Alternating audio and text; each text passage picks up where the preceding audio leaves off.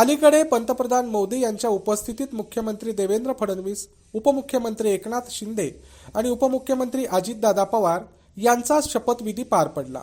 मात्र सरकार स्थापन होऊन 10 दिवस उलटले तरी फडणवीस सरकारच्या मंत्रिमंडळाचा विस्तार झालेला नाही। आज नागपुरात मंत्रिमंडळाचा विस्तार होणार आहे। दरम्यान राष्ट्रवादीचे प्रदेशाध्यक्ष सुनील तटकरे यांनी नवनिर्वाचित आमदारांना मंत्रिपदासाठी फोन केल्याची माहिती आहे। विधिमंडळाचे हिवाळी अधिवेशन उद्यापासून नागपुरात सुरू होत आहे।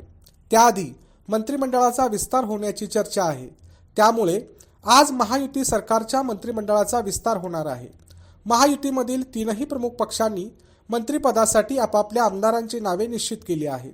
राष्ट्रवादीचे प्रदेशाध्यक्ष सुनील तटकरे यांनी नरहरी झिरवाळ आणि आदिती तटकरे यांना मंत्रिपदासाठी पहिला फोन केल्याचे वृत्त आहे। याशिवाय मंत्रिपदासाठी अनिल पाटील यांचेही नाव निश्चित झाल्याचे सांगण्यात येत आहे।